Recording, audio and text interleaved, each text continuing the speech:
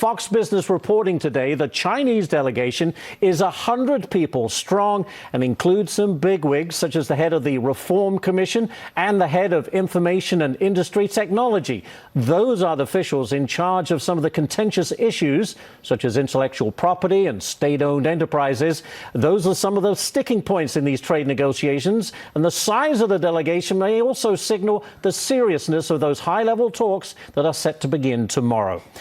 Could it be a breakthrough? Joining us now, Ambassador Terry Miller, Heritage Foundation International Trade and Economics Center Director. Ambassador, thank you for joining us. So we get word that 100 people in the Chinese delegation are here, including, as I just said, some bigwigs in areas that we would like to get some agreement with. Is this a promising sign, or is this just more people than usual showing up to talk? Oh, I think it's definitely a good sign, and one can hope that there would be some significant progress on those issues. I don't expect that we have those issues with the kind of maturity in the discussions that could lead to a deal that was a sort of global encompassing settlement of all our problems with China. It's a very complicated set of issues.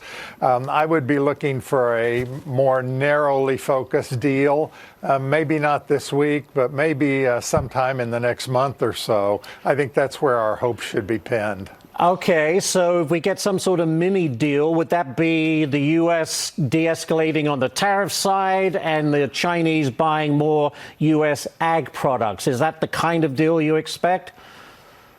I think that's exactly what we're likely to see. We've just seen something sort of similar to that between the United States and Japan. So it's something that's probably on the table to be harvested. If both sides can agree to that, it wouldn't solve any of our long-term problems with China, but at least it might improve the atmosphere a little bit. We've lost a lot of trust between the two sides over the last few months, and any step that can be taken to start to restore that trust would be really helpful in getting long-term solutions. But the fact remains, Ambassador, that those main issues, the forced transfer of technology, the stealing of intellectual property, I mean, this is a problem that's been discussed now for quite some time, but we just can't seem to get to a point where the Chinese agree that they will stop doing that. Well, these are problems that have been discussed for years, right, actually. And I do think that China has made some moves in this area, clearly not enough. The problem is that the pace of change in China now is very, very slow. We had hoped for much more rapid change, a much more direct turn towards free market principles and the rule of law.